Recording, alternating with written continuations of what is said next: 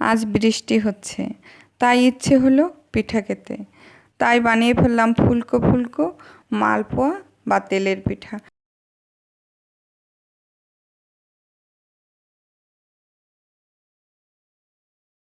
প্রথমে 2 কাপ চালের গুঁড়া নিয়েছি আর 1 কাপ আটা নিয়েছি।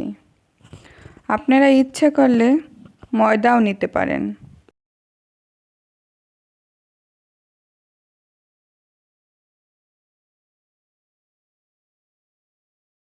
অল্প পরিমাণ লবণ দিতে হবে। তারপরে গুড়ের ব্যাপার। গুড়ের পরিমাণটা আমি বললাম না, যে যেমন গুড় খায় যার যেমন ইচ্ছা, বেশি গুড় যদি চান বেশি দিতে হবে, কম গুড় খেলে কম দিতে হবে। দুধ দিলাম। জল দিয়েও যায় করা পিঠাটা, কিন্তু আমি দুধ দিয়ে করেছি। 1 কাপ পরিমাণ দুধ দিলাম। দুধটা আস্তে আস্তে করে ঢেলে দিতে হবে, একসাথে ঢেলে দিলে হবে না। এই পিঠার ব্যাটারটা একটু ঘন হয়, তাই এটা একটু ঘনই রাখতে হবে।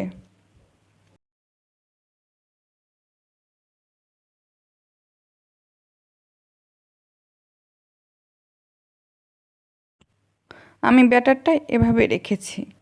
এরপরে লোহার কড়াই, আমি কিন্তু লোহার কড়াই ইউজ করেছি। আপনারা ইচ্ছা করলে অন্য কোনো কড়াই ইউজ করতে পারেন।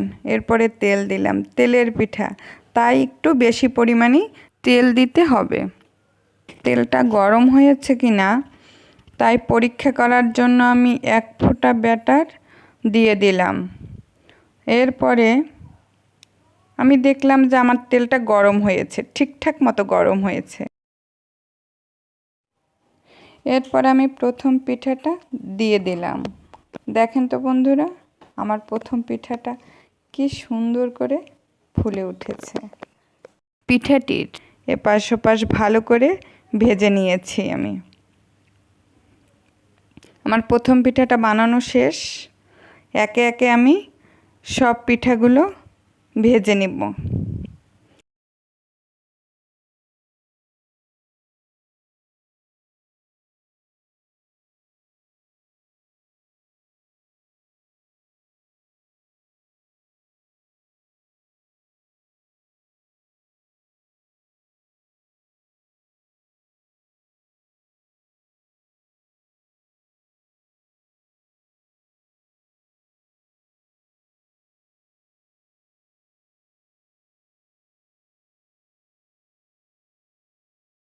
দেখেন আমার পিঠাগুলো ভাজা কমপ্লিট।